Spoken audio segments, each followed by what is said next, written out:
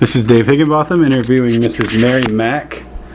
How you doing, Mary? Good. How are you? So, come to find out you've had some health problems and you assume that they're tied to the gas drilling that's going on around you. Can you tell me about that?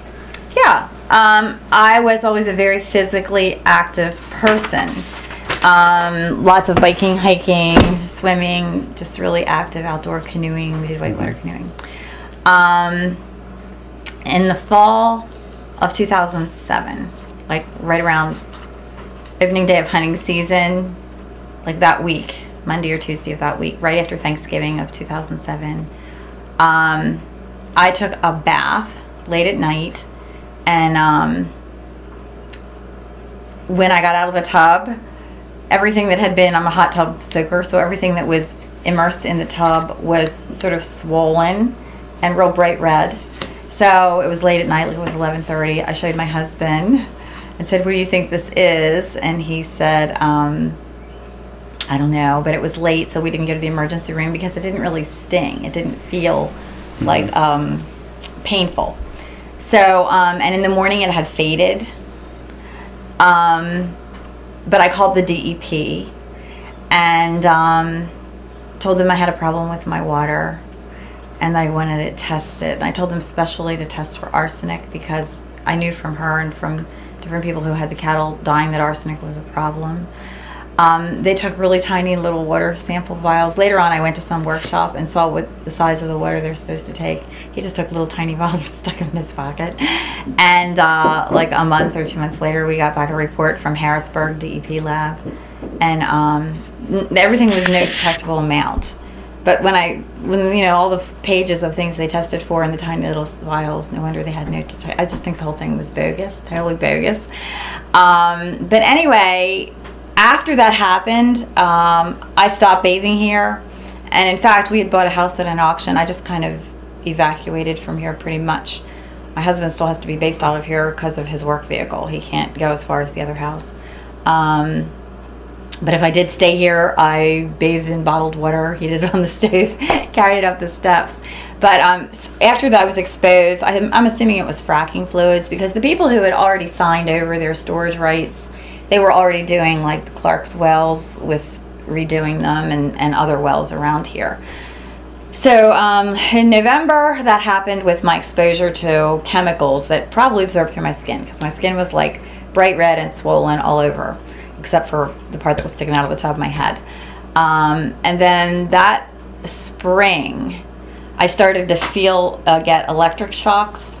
I was running across this parking lot, and all of a sudden my leg was paralyzed, and it felt like electric shock from my hip down to my foot. And for like, you know, maybe 30 seconds to a minute, I couldn't move it at all. It was like totally paralyzed. Then the electric shock sensation went away, and then I could walk.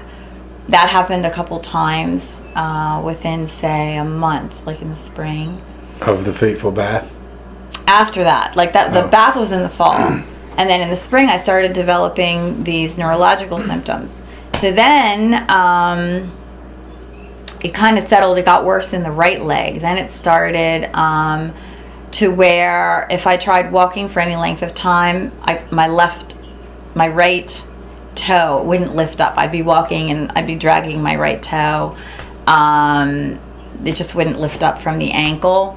And then if I tried to walk for any length of time, or especially like do yard work in the sun, this whole right leg would just get kind of numb and paralyzed. I just couldn't move it. Then I'd have to sit down. Maybe after like 40 minutes I could start over again, you know, was able to use the right leg. And like I said, that summer I was having problems with my leg, but they weren't that bad since it was like the early stages. That would have been 2008. I could still like run along the beach a little bit, and then in the evening I'd be dragging my right foot, you know, because the more I used it, the worse it got. And then if you rest, it's kind of like your body has a chance to recuperate. I didn't go to a doctor right away though, because before all this started I had just been for like physicals, and they did stress tests and all that stuff. But and it started off slow. By 2009, I really couldn't even walk along the beach for very far. Do you know what I'm saying? Like So we were we're trying to. a year and a half, 2 years away from it now? Yeah, like I'm 2 years and maybe a couple months. Okay. Yeah, and it's much more serious now. Like now, I am lucky. It's a struggle to walk to the clothesline and back at the other house. And I did have testing done. I went to a neurologist, and he diagnosed me with transverse myelitis, which they ruled out multiple sclerosis. Sometimes you can have these problems with multiple sclerosis. They did MRI of my brain, and it was perfectly clear there was no multiple sclerosis. So then he did an EMG, and he said there's definitely something wrong, nerves to muscles in your legs. So then he ordered an MRI of the lower spine. He found lesions. Middle spine, he found lesions. Upper spine, cervical, neck, no lesions. So it has nothing to do with multiple sclerosis.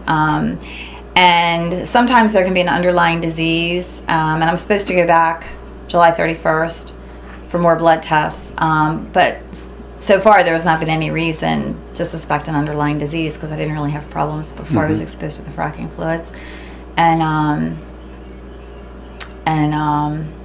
What was the condition called again? Transverse, TRANSVERSE, myelitis, MYELITIS.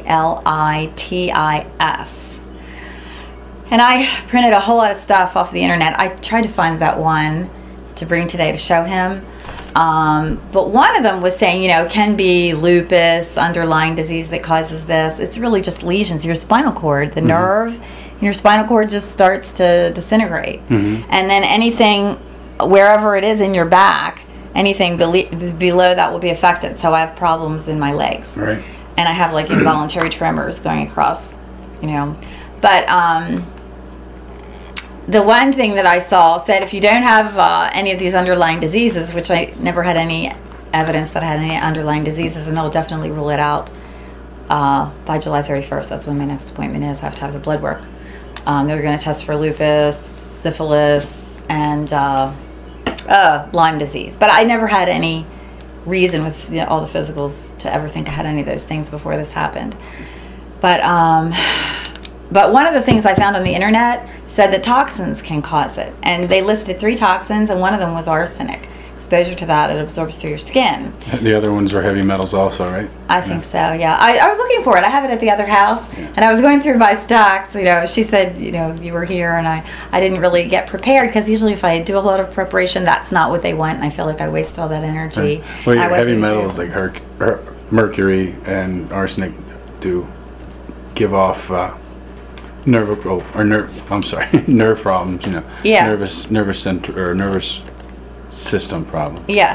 So and there's no cure for this. There's no cure. As your doctor said, would you say your doctor's like, I don't think it's lupus, I think it's something. Well, they never had any, like before I went to the neurologist, I had a physical. My blood work was great. Cholesterol was great. And blood pressure has always been good. Whatever all the years, whatever they've tested for with routine physicals, I've never had anything, and I've never really been sick. Do you know what I'm saying? I was just really, really active and really, certainly no problems with motor skills, motor abilities. And then they were doing all this work around here, and we're surrounded by wells. My house, I only have 20 acres, but they had to get a waiver to put this one over here because it's only 800 feet from my water well. One, you just look out this window, the Quarles well is there, and that was an older well. They put them all around. I mean, if I walk up this hill, there's several up there, and the gas company bought the property that borders ours, the pig launchers over there. They own it all,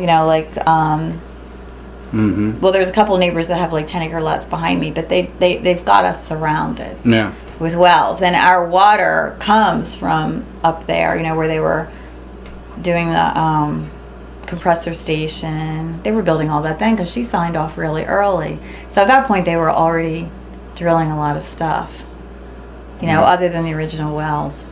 And I was told by 3 different staff that they were fracking the wells. The staff now, he says, oh, we never really fracked the wells.